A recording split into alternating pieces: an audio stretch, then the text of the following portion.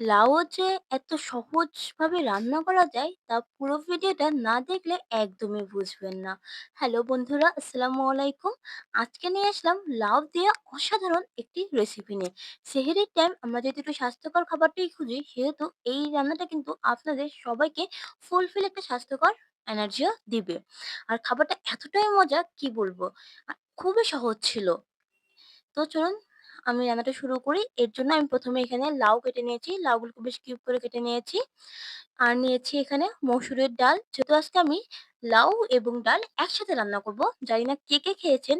যারা খেয়েছেন তারা অবশ্যই জানেন এটা কিন্তু অনেক মজাদার একটি খাবার। এখানে নিয়েছি কাঁচামরিচ কুচি, রসুন কুচি, পেঁয়াজ কুচি।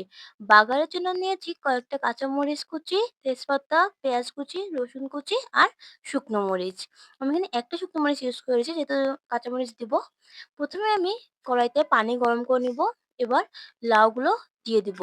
লাউ এবং ডালটা একসাথে সিদ্ধ করে নিব। না হলে কিন্তু একসাথে সিদ্ধটা হবে না। কাঁচা, কাঁচা থেকে যাবে আর খেতেও ভালো লাগবে না।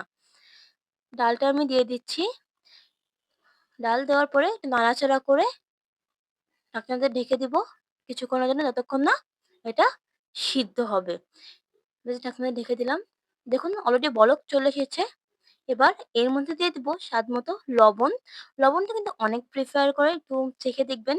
বেশি হলে কিন্তু খেতে ভালো লাগবে না। আর এখানে পেঁয়াজ কুচি, কাঁচামরিচ কুচি, রসুন কুচি দিয়ে দিয়েছিলাম। এখন একদমই হয়ে গিয়েছে। সিদ্ধ হওয়ার পরে আমি নামানোর ৫ মিনিট আগে হলুদের গুঁড়া দিব। যখন একবারে সিদ্ধ হয়ে যাবে তখন হলুদের গুঁড়োটা এড করবেন। না হলে কিন্তু ডাল সিদ্ধ হতে যাবে না বা লাউও সিদ্ধ হবে না। হলুদের গুঁড়ো দেওয়ার পরে আমি আরেকটু ভালো করে নাড়াচাড়া করে ১০ মিনিট রেখে দেবো। ১০ মিনিট পরে নামিয়ে নিয়েছি। এবার বাগারের জন্য এখানে তেল দিয়েছি, কিছু শুকনো মরিচ, তেজপাতা আর দিব জিরা। জিরা ফোড়ন তেলের মধ্যেই দিয়ে দিচ্ছি। এবার রসুন কুচি, পেঁয়াজ কুচি দিয়ে দিব। দিয়ে খুব ভালো করে একটু লালচে করে ভেজে নিব। একদমই লাল করে ভেজে নিব। যতক্ষণ না লাল হচ্ছে নাড়াচাড়া করে নিব। বাগার তো আমরা সবাই দিতে পারি। তো বাগারের জন্য একদমই রেডি। এবার ডালটা এর মধ্যে ঢেলে নিব। আপনারা চাইলে এই বাগারটা ডালের উপরেও দিয়ে দিতে পারেন। আমি একটু কড়াইতে নামিয়ে নিয়েছি তেলের মধ্যে। যাক যার যেভাবে সুবিধা হয় সে সেভাবে বাগারটা দিয়ে নিবেন। এবার নাড়াচাড়া করে ২ মিনিট তারপরে নামিয়ে ফেলব। দেখুন কালারটাও কিন্তু অনেকটা সুন্দর এসেছে। আর খেতে কি বলবো অসাধারণ ছিল। আর এটা দিয়ে ১ প্লেট ভাত যেন অনায়াসেই খাওয়া হয়ে যাবে। কেমন লাগলো অবশ্যই কিন্তু ট্রাই করে দেখবেন।